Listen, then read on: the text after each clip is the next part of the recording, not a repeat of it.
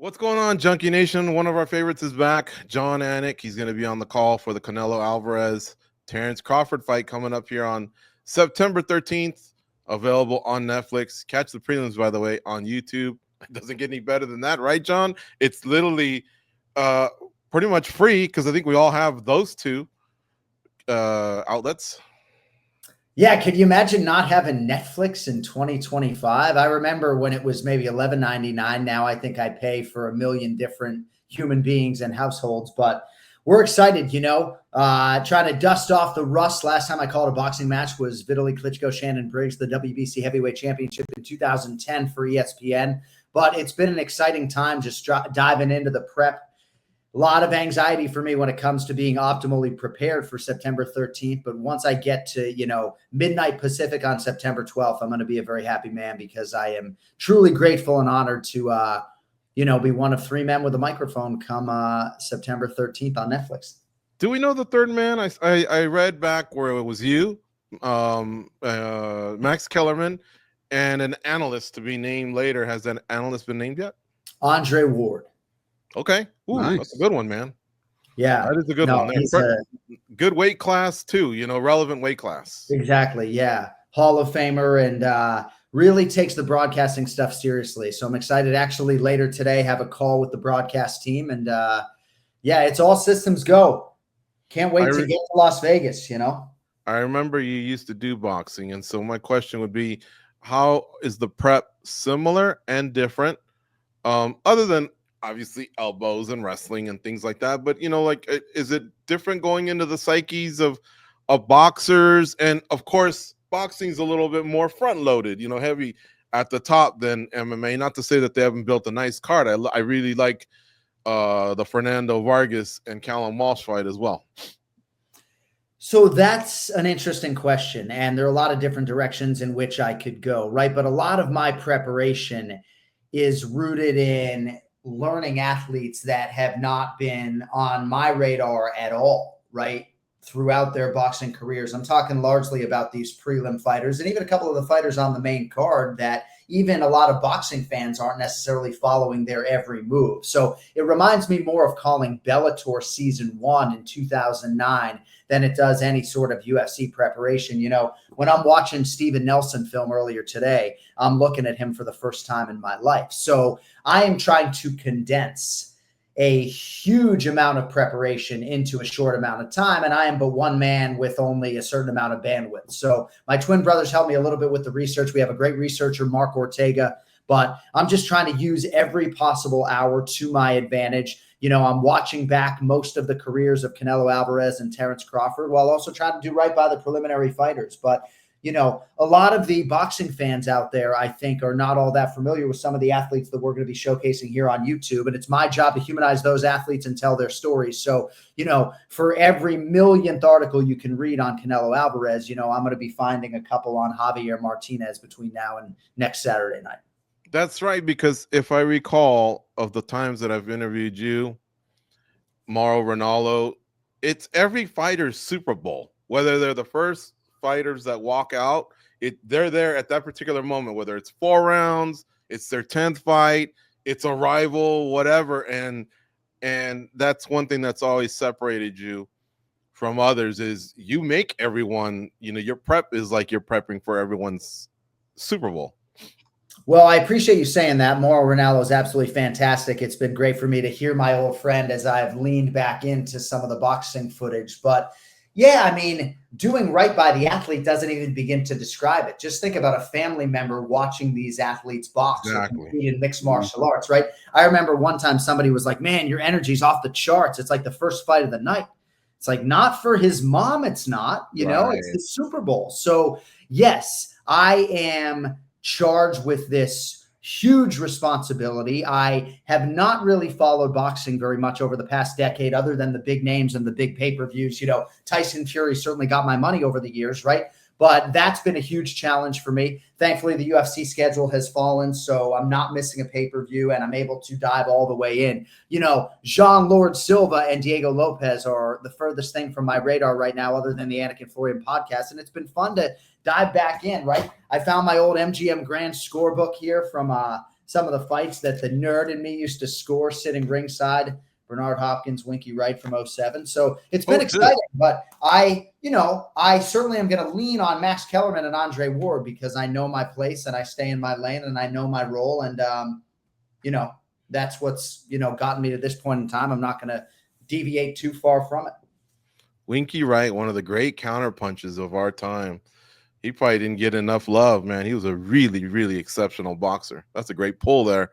Well, it's interesting, right? Like you think about when boxing was the biggest thing going in sports several times a year, 03, 04, 05, 06, 07, right? And Winky Wright, you're absolutely right. In an era of all these big names, he did not get his shine. Yeah. Has this been more fun or stressful, the prep? Probably stressful, right? Just given the short window and given the fact that I didn't get a first iteration of a fight card until not all that long ago. So yeah, I want to be a man of veracity and answer the question truthfully when it comes in. So yes, I mean, there's been a lot of fun watching the film, and I was with my twin brother at my mom's house, and we hadn't seen Canelo Alvarez versus Edgar Berlanga. They'll pronounce the names any which way but sideways in the boxing world. But dude, I mean, my mom thought somebody was dead the way we reacted to him landing that left hand and knocking him down early on in that fight. So it's been exciting and it's been fun, but it's daunting, my man, right? I mean, 20 athletes that, I'm largely unfamiliar with, of course, other than the major contemporaries at the bottom of the card. Callum Walsh, thankfully, there's some familiarity there. I covered Fernando Vargas's career. It's exciting to see his son, Fernando Vargas Jr. But, Christian and Billy, who's an outstanding fighter, haven't watched his career. Lester Martinez, great fighters that I have now been able to take the deep dive on. And that part of it's been exciting. But yeah, dude, daunting is one word to describe it for sure. Luckily, you usually use that stress and convert it into energy. So I'm sure that, maybe a few more gray hairs, but at the same time, you'll make it fun on September 13th. Goes, what do you have for Jon Anik, our guest here? John, there's a whole generation of fight fans now that are MMA fans and didn't really watch boxing as much growing up. For those fans who maybe aren't familiar with Canelo and Crawford, who could you point to mixed martial arts that you could say they're kind of like these guys? It's tough with the analogous question. And I have thought a lot about how much I would lean into sort of making UFC and mixed martial arts comps when I am calling a fight like this, because, it might fall on some deaf ears while it might resonate with a lot of UFC fans who can feel those particular parallels. Part of me feels like I'm calling this big boxing event. How do I not drop a Max Holloway on him as the guy who I think is the best boxer in mixed martial arts? It's interesting in terms of this fight happening at this particular stage of these fighters' careers, right? Because there is a George St. Pierre parallel to be drawn when he came back and fought Michael Bisping, chased further greatness, not just monetary realized gains, but chased further greatness to become a double champion when his legacy didn't really need that. George St. Pierre was on your Mount Rushmore beforehand. And I think for Canelo Alvarez and Bud Crawford, but for Canelo to take this fight against the smaller man, I mean, there's tremendous upside with a win for both guys, but as first ballot Hall of Famers, for Canelo Alvarez, you don't necessarily want to lose to the smaller man, right? As the 2-1 betting favorite, but I don't really have a great answer for you in terms of an immediate parallel. Khabib Nurmagomedov is 29-0. Bud Crawford is 41-0. And depending on what noise you want to let in and what maybe negativity you want to let in, there are people who think both of their careers leave a little bit to be desired, either in terms of strength of schedule or title defenses or anything else. So, yeah, that's my answer. What's one part of this experience that you want to take in alone? And what I mean by that is, you remember the movie Rocky? Yeah. Remember right before the big fight when he's just kind of walking the arena by himself, looking at himself up on the poster? Are you going to have a similar moment to that? Because this is a big deal, and where it's happening is a big deal, especially in the city. Are you going to have a moment that you want to kind of enjoy to yourself that you'll always remember? You always bring the heat with the question. So Bruce Buffer meditates in the back. I, at 47 years of age, have not been able as yet to find a meditative state, but I think in the dressing room. And certainly I think the moment that immediately came to mind is when the hay is in the barn, right? And the way the UFC does television and when we have our imprints on this telecast, it's writing intensive. There's a lot of writing for television, locker room bumps coming up next, a lot of scripting. When I'm done studying the fighters and writing all my scripts and everything's done, probably midnight Pacific, that would be my first thought, my moment there, just the haze in the barn. There's not much else you can do other than try to get 7 or 8 hours on the pillow right now to put yourself in position to succeed. So that singularly is always the most gratifying moment, one more sleep on the eve before a pay-per-view. But I think it'll be in the dressing room when I fail to find that meditative state, when I'm trying to do my deep breathing exercises and just not make the moment feel too big. Because when I walk out there, it's about Marco Verde, who, by the way, is outstanding, the Olympic silver medalist out of Mexico, just getting his career started here, a couple of fights in, right? And that's what it's about. It's not even about Canelo Alvarez and Terence Crawford really until much later in the evening. So that sort of helps me, I think, check the nerves and put things in their proper compartment. But yeah, those are the two moments I would point to. The greatest moment for me, though, always is when I send off the scripts on Friday night and the hay is truly in the barn and the prep is really done.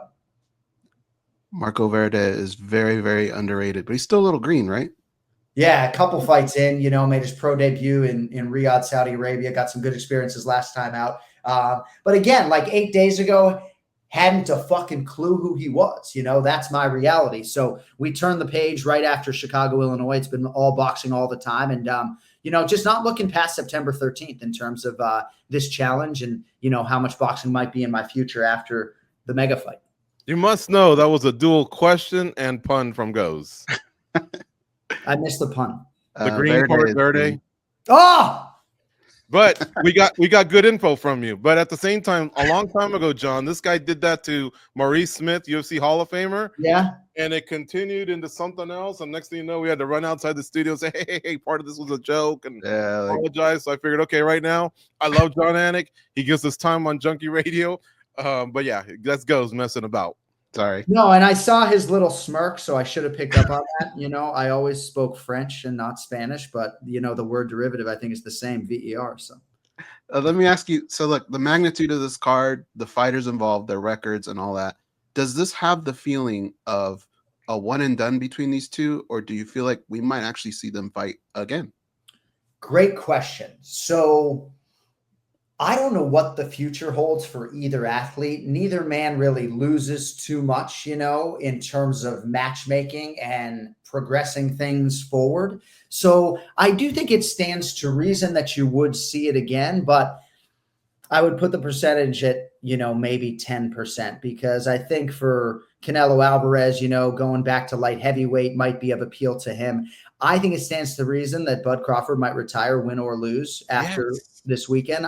What else is there exactly to prove, right? I mean, you have funded generations in terms of generational wealth. You're a true first ballot Hall of Famer. Like if you're Bud Crawford and you beat Canelo Alvarez, yeah, maybe another $100 million in a rematch sounds nice, but what else is there to do? I mean, why not ride off into the sunset at 42-0? So yeah, I would say about 10% on a rematch. And I do think for Canelo, if he wins, he's not going to want to run this thing back. So who knows? That's why they play the games. And if we get an absolute masterpiece and the fan base wants to see a second fight, Turkey, Al Sheikh, and Dana White probably put it together. But yeah, I think we need to enjoy this and really enjoy history in the making, because it very well, in my mind, could be the last walk for Bud Crawford.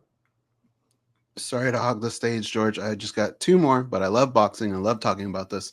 The cadence of calling a boxing match can be very different from the cadence of calling a mixed martial arts fight, right?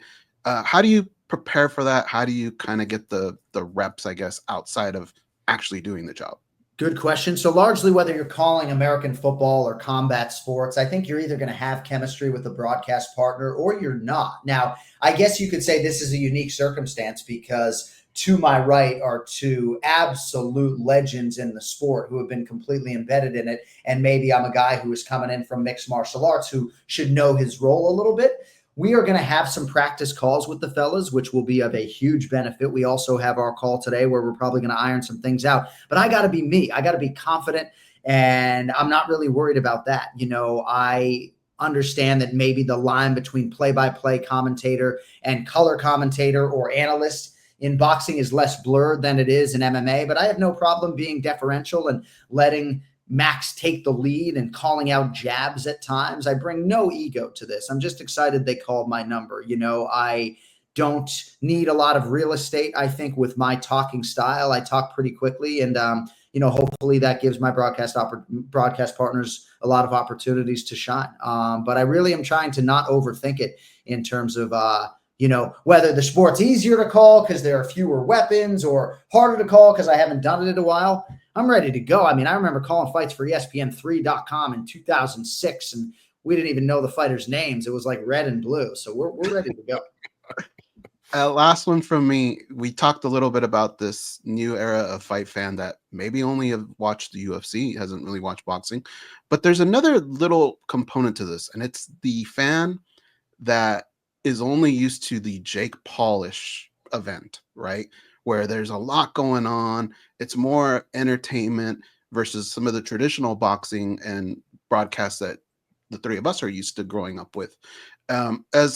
As a group, have you guys come together, and who would you maybe be catering more towards? The more old school fan, or maybe a little bit of this Jake Paul era that kind of likes a little bit of entertainment with traditional boxing?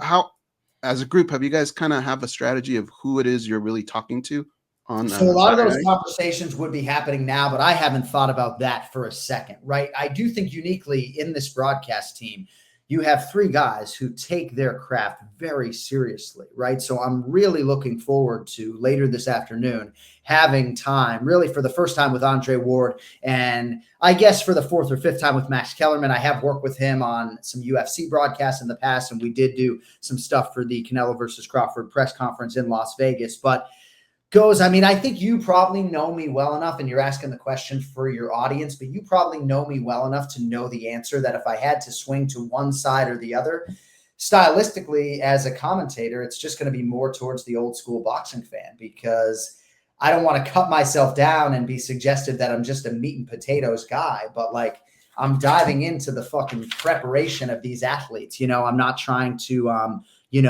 pull off some amazing one-liner that's going to get TikTok to hell, or, certainly I understand there's a responsibility to at times cater to a wider audience, but I was charged with that when the UFC signed with Fox 14 years ago or whatever it was, when the UFC signed with ESPN 7 years ago, not dumbing it down necessarily, but, maybe rhetorically at times asking a question to an analyst that I know the answer to. I'm just going to do my thing, and I think my broadcast partners are going to be the ones that they're talking about on Monday morning, because they're truly the guys in my mind, who deserve analytically to be on the sticks for a fight of this magnitude. Just be you, John. I mean, you have traditional journalism in your veins, and it's going to come out, the professionalism, but you also have some swag. I thought you brought some of that when we went from the Goldberg era to your era, hip hop references, other sport references, honestly putting gambling on the map, which is something we always tried to do as well, being based in that Mandalay Bay for a long time. 209 tats, you know what I'm saying? Right. One more sleep. You got some swag, brother. So just be you. I think you'll actually hit both of them.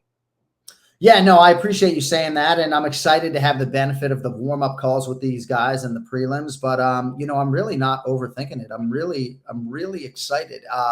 I cut my teeth as a combat sports journalist, covering nothing but boxing and hosting a boxing radio show for years and years and years. And had I not gotten the opportunity to do a sports update on the New England Ringside Boxing Radio Show in 2002, I never would have been hired by the UFC in 2011, right? And had I not covered boxing extensively in my formative years as a broadcast journalist, I never would have been the guy who they tabbed to host MMA Live at ESPN in 2008. So I feel like I've, built my career towards this moment, and couldn't have two better gentlemen to my right, great producers behind us. We're fucking ready to go. Who has more to lose on September 13th between the two? We got one guy with the undefeated record. Yeah. And then we have another guy that's probably the all-time highest grosser, maybe, or second to Floyd Mayweather, with a big nation behind him. What are your thoughts there? So there was a time where we maybe thought we would see a fight between Dustin Poirier and Alexander Volkanovski. And had that fight happen, right? And you could even relate it to Islam Makhachev and Ilia Topuria, right? Tremendous upside for Dustin Poirier to add arguably the greatest featherweight of all time, that scalp, to his resume, but also some downside losing to the smaller man coming up, right? So Canelo Alvarez is the 2-1 favorite. He is the naturally bigger man, even if he is relinquishing a couple of inches in reach. Bud Crawford has never competed above 154 pounds, never mind at 160, and he's moving up to 168. And Terrence Crawford, while being the undefeated fighter, is the betting underdog. So I know when other people have been probed, they have fallen on a different side of this argument. But in a matchup of first ballot Hall of Famers, still, in my humble opinion, pretty close to their fighting primes, the bigger man, who's the 2-1 favorite, definitely has more to lose. And I think he knows it. Is Crawford almost, we mentioned Khabib's name earlier. Could he possibly pull a Khabib here if he were to win this fight and just retire? He's got title defenses, multiple weight class titles. He's even actually, in the 4-belt era, he's actually, I think, netted 2 of those where he owned all the belts in different weight classes. I believe it was 140, 135. So like, it's pretty impressive what he's done. And when you can just sail off on your own terms, man, that's pretty gangster. And then with him always taking on big fights towards the end and not actually cruising to the finish line, I don't know, man. I think this could be one hell of a send-off, and this could be like a Mount Rushmore type moment for this guy. Yeah, I mean, I think the Mount Rushmore issue is just that unlike Michael Jordan and LeBron James and Kobe Bryant, in boxing, you're dealing with hundreds of fighters across double-digit weight classes, right? I was talking to Tom Gerbasi, our UFC researcher and Boxing Hall of Famer, earlier today as part of my preparation. And, he's saying, both first ballot Hall of Famers, both top 100, right? And top 100, right? I mean, Bud Crawford, depending on who you ask, is fighting for top 15, 20 status all time, or maybe even top 3 that some people would absolutely scoff at. So in terms of all-time greatness, beauty really is in the eye of the beholder, right? When Canelo Alvarez fought William School in his last championship fight this year, there were some judges who gave School like 5 or 6 rounds, if memory serves, which to me is absolutely insane, So I think in this sport, sometimes beauty can be in the eye of the beholder. Yeah, it would be gangster to go out that way. Certainly his strength of schedule isn't really comparable to Canelo Alvarez's in terms of fighting all the greats all the time of multiple different eras. But yeah, dude, like, I just don't know that there's much else for Bud Crawford on the other side of this were he to win. So exactly. Yeah. I lied. I have one last one, and it's kind of silly, but I'm just curious if you would do it. Yeah. There's a Noche card the same night. Now, this one is not at the Sphere, but had it been at the Sphere, and if time would have worked out, could you have done both of them? Is that something that you would even entertain doing? I know one time our first co-host, Frank Trigg, he fought on a Pride card and then called the rest of the match. I'm just curious, would you have been able to do it? It's 15 minutes from the Sphere to Allegiant. So it's really hard in terms of the preparation, right? But Brian Stan and I back in the day called UFC live events on back-to-back nights, Thursday and Friday. I guess I'll just tell you that when these events were initially bandied about, it looked as though they were going to be on different nights, potentially in different cities. And I was offering myself up to call the boxing in Las Vegas on a Friday and fly to Guadalajara on a Saturday night. So they didn't call my number. I would absolutely welcome the challenge. I think there are a lot of different challenges within sports broadcasting. The NFL guys going 20 straight weeks is its own beast. The Major League Baseball guys going 162 out of 175 nights. College football guys doing back-to-back games on Saturday and Sunday, or Friday and Saturday. I can't even wrap my head around sometimes how you do the preparation, but it's almost like you get the assignment and you make it work. So the long-winded answer is yes. Call my number and we will show up with voice and energy. Or how about Tony Stewart and many others? I just don't remember them all. They've done the Indianapolis 500, and then they fly in a private jet and do like the Charlotte 600. I don't know if you guys have ever heard of that one, but that's pretty physically taxing, man, to just do one of them. Yeah, I mean, I think Dana White, two in the same day. Sorry to cut you off, my man. I think Dana White's fight week is going to be pretty intensive, but you can be sure that he has at least given it some thought to being in San Antonio and trying to make his way at some point to Las Vegas. I'm just not sure if he actually could do it, but if anybody can do it and witness John Lord Silva and Diego Lopez and then make his way to Las Vegas, I think it would be the boss man. So we'll see. I think we're over on time, but do you got one more minute? I got one more minute. I got 3 minutes. Okay. What's the deal, man? English Premier League already started. We didn't get an answer from you. I feel like this is silly of me to ask because I think I know where it may be headed, but I got to hear it from the horse's mouth. Have you picked a new team or are you sticking with City? Have you seen cities even below Manchester United? You wouldn't be a front runner. Well, right. You'd be joining a team that was 15th last year. That's why I got to stick with the light blue. I look exactly like the head coach. He's the third Anik triplet. So we have not pivoted off of Man City. And hopefully there comes a time in my life where, like Daniel Cormier, I have maybe a little bit more bandwidth for football, as they call it. But at least right now, you know, the NFL season opener is tonight. And I have 4 different entries in the Circa Survivor. I have a Circa Millions entry picking 5 games against the spread. The NFL is still king for me. And I'm not going to watch a single snap tonight or Sunday because of the boxing stuff. So unfortunately, there's no bandwidth time for the EPL right now. But yes, I still bleed light blue. Disappointing. All right. Are you going to be in GG's NFL Survivor pool?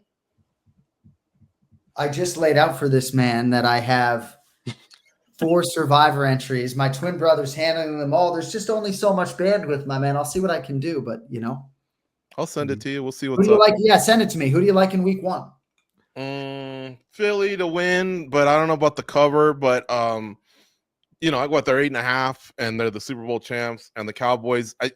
I know Michael Parsons isn't the whole team, but that's a big hit. So now a lot of pressure on Dak Prescott. I don't know. Plus I hate the Cowboys. There's a Friday game too now. Yeah. We'll see what happens. But yes, Philadelphia. Philly will be one of my entries. I'm looking at Denver as well, maybe Arizona, but great defense. Denver's got a great D. Not in love with the road selection, so maybe I like the Raiders, bro. I like the Raiders. I'm not sure about your Pats. I'm not taking a shot. I just think the Raiders are a decent play.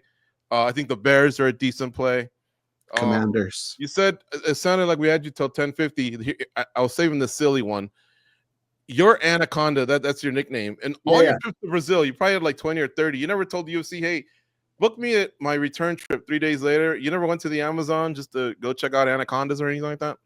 So I always said that when my kids got older, I would extend those trips. And I think now I'm sort of getting close to the point where maybe that could be a reality. But yeah, man, I don't know. I mean, I'm like 15 years into like 100+ nights a year away. So I don't know, man. You know, finally, the last time I went to Sydney, Australia, I actually was able to see the city and enjoy it. And I'm trying to do more of that. But yeah, I think when you're wired the way I am and you have the anxiety about the preparation that I do, the last thing you're thinking about is anything festive, you know?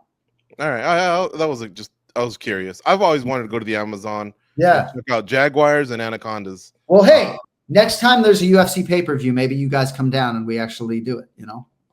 Sounds good. And by the way, John Voight, Ice Cube, and J-Lo, they made a movie called Anaconda. Don't watch that if you plan on going, because otherwise you probably won't go on that river cruise. Old school names. It's an old school movie. It's like 30 years old, but it was fun. We got to let you go. Thanks, John. As always, we love you, buddy. Take care, man. I know you're going to knock it out of the park on the 13th at Allegiant. Thank you, guys. Give me confidence going in there. I appreciate you.